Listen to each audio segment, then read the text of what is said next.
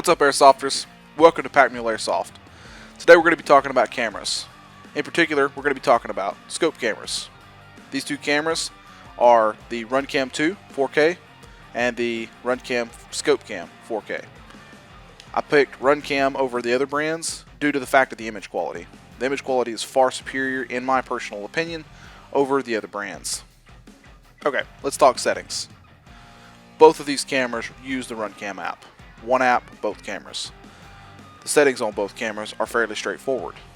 Now, I will later do a video on an in-depth setup, but right now I'm just going to give you a brief overview.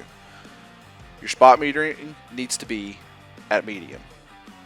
Your ISO needs to be low, 400 or lower preferably, especially on a sunny day. Your resolution needs to be 2.7K or 1080 at 60 frames. Do not go any higher than 60 frames a second because you will be wasting your storage. YouTube does not accept any higher than 60 frames a second. Whatever resolution that you pick, you need to run at 60 frames, so that way you can catch that BB flying through the air. Okay, how do we choose video resolution? The simple answer is the highest resolution possible.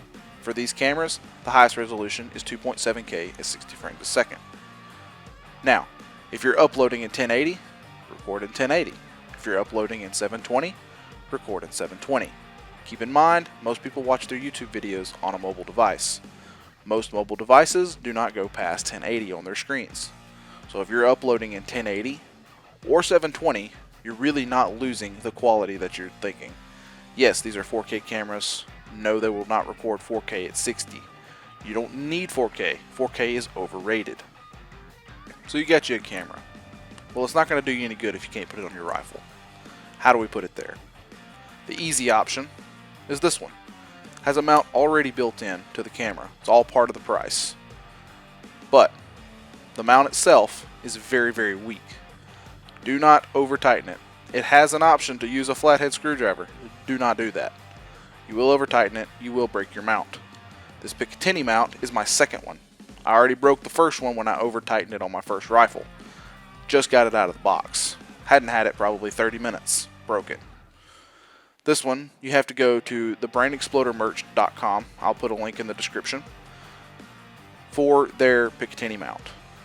This one is the more robust of the two, has a lower profile. The only downside is that you have to buy an extra mount. It's like an extra $30 to $40 depending on where you get them and when you buy them.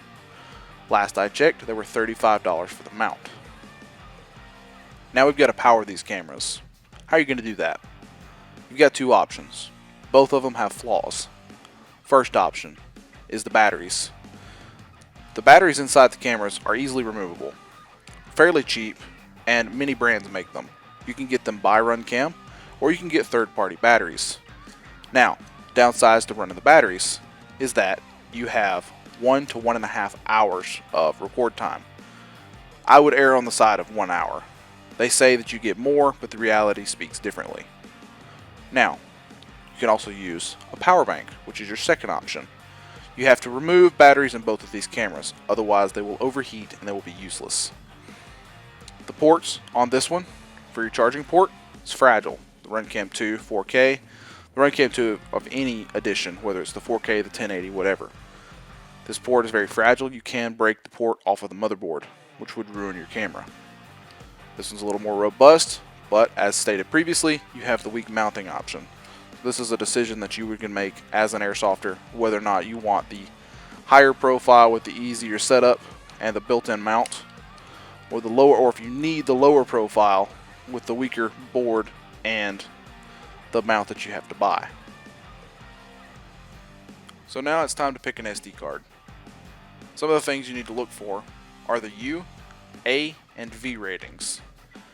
You need a U Class 3, an A2, and a V30 ratings on all of your SD cards if you're going to record in 2.7K or higher. If you don't, you'll have a high chance of video card errors. You'll also have a high chance of corrupted files. So even if you do get the recording, you won't be able to see it on your computer because your computer will be like, nope, ain't got nothing. So we don't want that. Now, what size do you pick? you can go 128, which is Runcam's recommended max. Now, you can go higher than that. And I know this because I run higher than that. You can run a 256, gives you roughly about 9 hours of recording time. Or you can do a 1 terabyte, which gets you about 20 hours of recording, 20 to 30 hours of recording time. Now, 1 terabyte is an overkill for a scope cam. 9 hours, perfectly fine. Run 256s. A, they're cheaper. B, they're easier to find. And C, if you lose them, it's not the end of the world. A 1 terabyte SD card is around $250. A 256 gigabyte SD card is roughly $40 to $50, depending on where you buy them. If you liked today's video, subscribe and share it with your friends. Leave a comment if you have any ideas, suggestions, or even questions. I'll get back with you as quick as I can. But if you liked the video, hit that like button so hard that it turns blue.